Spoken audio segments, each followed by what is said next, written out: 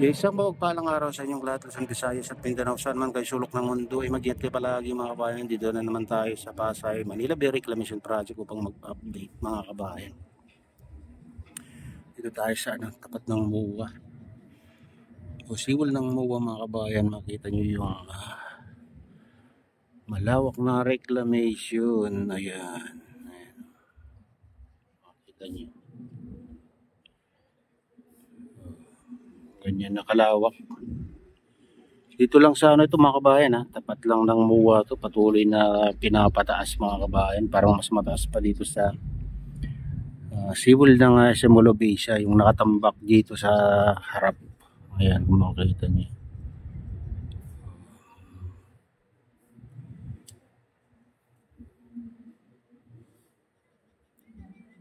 Dati ano lang to, mababa lang mga kabayan, pero sa paglipas ng mga araw at buwan, ito na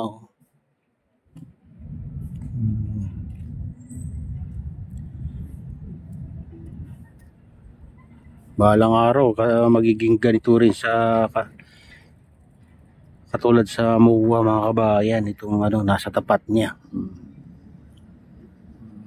Pero matagal-tagal pa siguro bago tatayo ng to, kasi pa lang, pinapataas at pinapalawak pa lang ito mga kabayan. Baka pa, 5 o 6 na taon pa bago matapos ang kanilang pagtatambak. Kasi sabi nila noon 10 years Naka na yata sila, naka 5 taon na yata mga kabayan sa pagtatambak.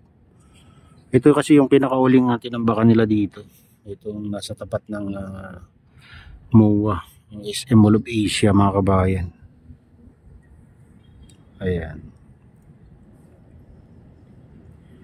At na rin dito, mayroon na ring inilagay na tulay na magkukonek dito sa huling island na ginawa nila.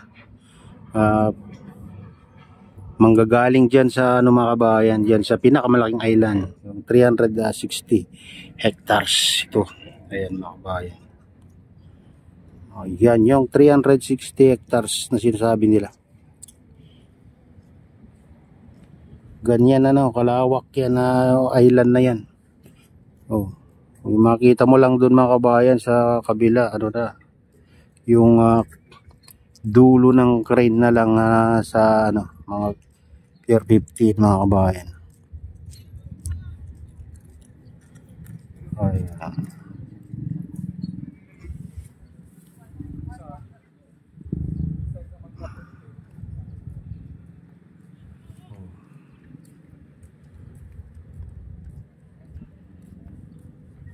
Tapos nga natin makakita dyan.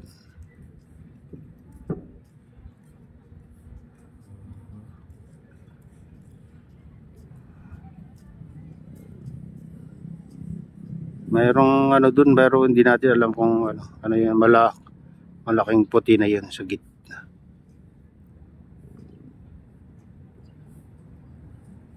Ayan yung tulay mga kabayan, bagong tulay yan. Yun, dinadaanan ng ngayon sa sakyan papunta dito sa huling island na ginawa nila. Ayun, nakita tayo yung dun yung sakyan tumatakbo na yun, galing pala dito.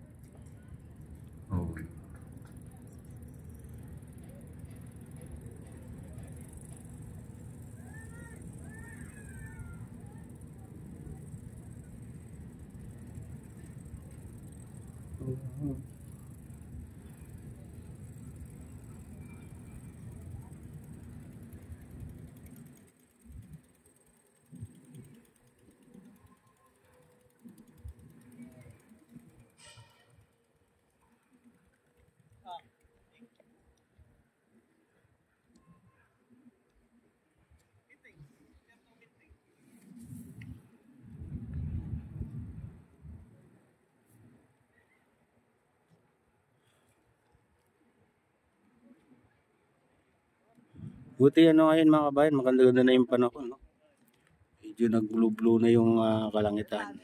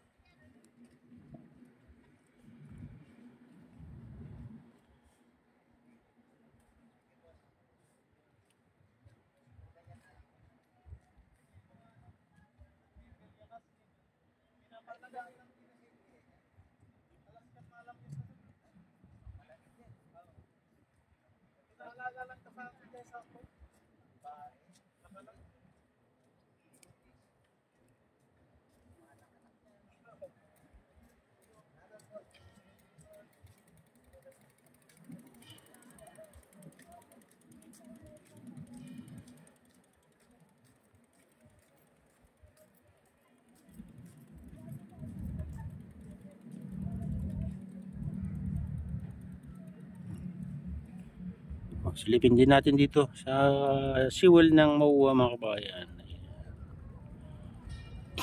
Ayan.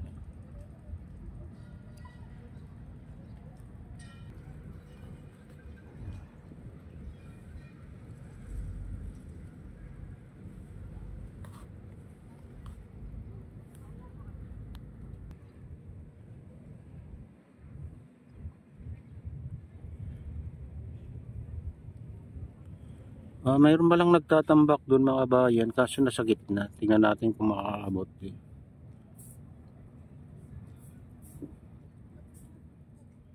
Ayan o, natatakpan lang. Yung itim na yan mga kabayan, yung dulo ng barko, yung ilalalabasan ng buhangin. Ayan. Itim na parang arko yan mga kabayan yan.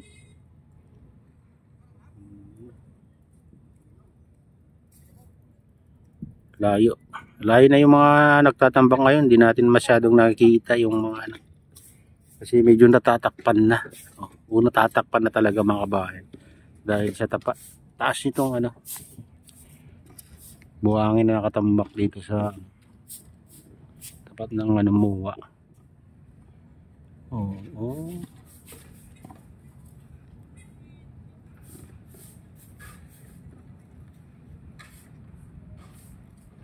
Ibon dyan.